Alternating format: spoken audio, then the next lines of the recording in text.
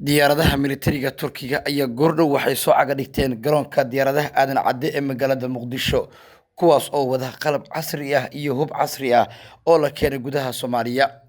Waxaa loogu talagalay qalabkaas inay ku shaqeeyaan ciidan Soomaali ah oo maalmo kadib la keeni doono Muqdisho sida ay xaqiijiyeen ilo kala duwan oo la hadlay warbaahinta Xuuraansi. Ujeedku waa inay ciidanka Soomaalidu ilaalo gaar ah ka hayaan maraakiibta shidaalka qodaya iyo kuwa sahminaya iyadoo ay jiraan fariimo ku aadan in ay Turkigu mar walba ay helayaan halis walba oo ka imaan karta dalalka diidan horumarka iyo dhaqdhaqaaqa guud ee dhanka siyaasadda iyo amniga Soomaaliya. dowladda Turkiga ayaa dhowaan waxa ay soo bandhigtay diyaarado casri ah doomo nooca dheereeya iyadoona dekedda Muqdisho laga sii galbiyay markabkii Gagle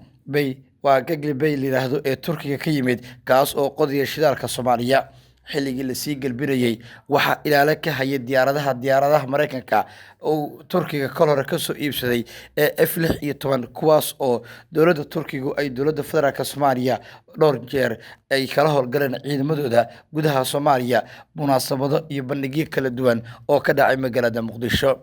Turkiga ayaa waxa uu tilmaamay in soo saarka diyaaradaha iyo qalabka kale casriga iyadoo ay dheer yihiin intaasi doomo nooca dheereeya ah oo ciidamo kooban ay raaci karaan balse lagu xiray hub casri ah kuwaas oo awoodi kara in saacado iyo maalmo badda dhexdooda ay ku jiraan ilaalo gaarna ka hayaan maraakiibta shidaalka qodaya iyo kuwa baarista cusub sameynaya ee lixda gaaraya oo ah hantidii ugu ballaarneed ee Turkiga ee Soomaaliya xeebahooda taagan taas oo ka dhigaysa in Ankara iyo Muqdisho iska kaashanayaan. geesta kale dowladda federaalka Soomaaliya waxay meel fog ka istaagtay ciidanka badda Itoobiya ee horey loo dhoodhoobay kuwaas oo ay Imaaraadka iyo dalal kala duwan ay ka shaqeynayeen sidii ciidamadaasi ay u soo gali lahaayeen mar uun dhanka iyo badda cas. Soomaaliya waxay si cad u sheegtay in aanay suuragal noqon karin Itoobiya oo aanay bad lahayn in dhanka Soomaaliya ay ka soo galaan maadaama Djibouti, Eritrea iyo wadamada kale ay diidan yihiin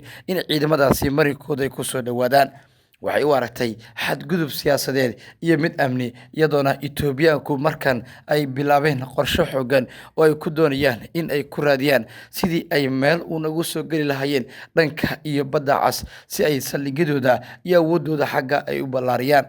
dowladaha Soomaaliya, Turkiga, Masar iyo dalal kale ayaa iska kaashanaya sidii loo baabi'i lahaa damaca Itoobiya ee gadaal ay ka riixayaan Imaaraadka iyo Israa'iil iyadoona wararka soo baxay ay tilmaamayaan inay socdaan dhaqdhaqaaqyo guud oo la xiriira arrimahaasi iyo sidii looga hortagi lahaa.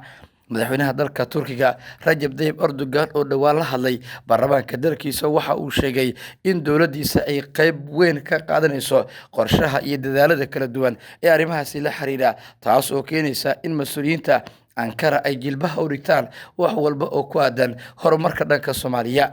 warbixin ka soo baxday dhanka iyo dowladda Turkiga ayaa lagu sheegay in Ankara ay ka go'an tahay sidii ay u ballaarin lahayd iskaashiga kala dhexeeya Soomaaliya. geesta kale warbixin kale oo soo baxday ayaa lagu xusay in Turkiga uu noqday dalka labaad ee saldhigyo waaweyn ku leh dalka dibadiisa waa dalkiisa iyadoona Soomaaliya safka hore ay ka soo gashay. safaaradda ugu ballaaran Turkiga uu ku leeyahay caalamka Soomaaliya iyo ku taal saldhigga ugu ballaaran ee Turkiga uu ku leeyahay caalamka Soomaaliya ayuu ku yaal sidoo kalena diyaaradihiisa iyo agabkiisa ugu qaalisanna waddanka kaliya ay yaalaan waa Soomaaliya taasoo keentay in markan uu sii xoogaysto isbaahisiga xooggan ee ka dhaxeeya Soomaaliya iyo Turkiga. ila wareedyo kala duwan ayaa ku waramay in ay jiraan isbaahisiyo iyo dalal cusub oo doonaya inay ku soo dabafalaan arrimaha dhanka Soomaaliya iyadoona kol hore dowladda federaalka Soomaaliya ay diiday ciidamo u dhashay dalka Uganda kuwaas oo la sheegay in ay doonayeen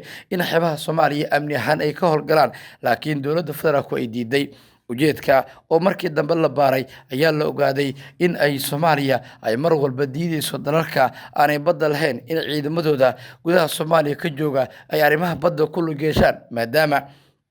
mar walba ay ka shaqeyn karaan hagardaamo iyo dibadaabiyo ku aadan in Soomaaliya dib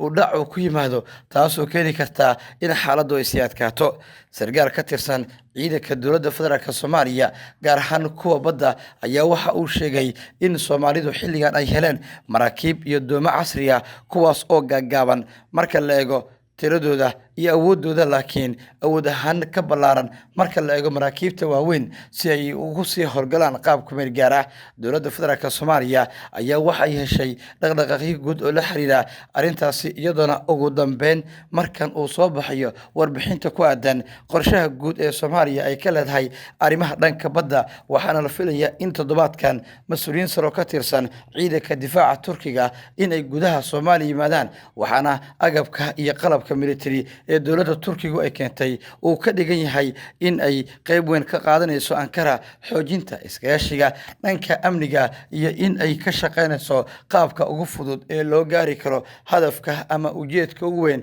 ee ah in Soomaaliya ay ka faa'iideysato kheyraadkeeda, sidoo kalena ay hesho awood military oo ku dhisan cirka, dhulka, badda iyo sidoo kale in ay ciidamadooda sahan iyo sirdoon adag ay ka heli karaan dalalka cadowga ah. wixii warar iyo dhacdooyin arrimaha ka soo kordhaa baahinteena tan xigta warbaahinta Xuraasiga ku daawo. waad ku mahadsan tahay daawashada iyo dulqaadkayaga ama dulqaadka aad noo muujiseen. mahadsanidin.